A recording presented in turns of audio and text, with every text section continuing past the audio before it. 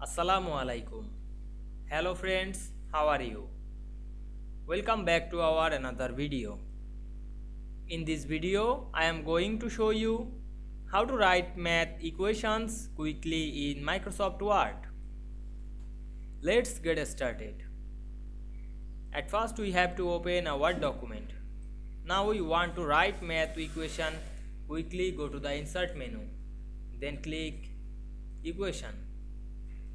Then click the equation and go to the design menu, and we can see here many math equation. We choose any math equation, click the function and choose any math equation, and click the box and write mathematical numbers.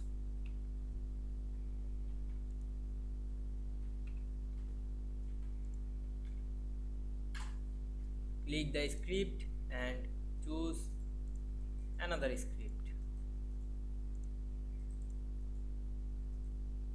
Now we can see here we write math equation quickly, very easily. I hope you enjoyed the video. Please like, comment, share and subscribe my channel. Thanks for watching.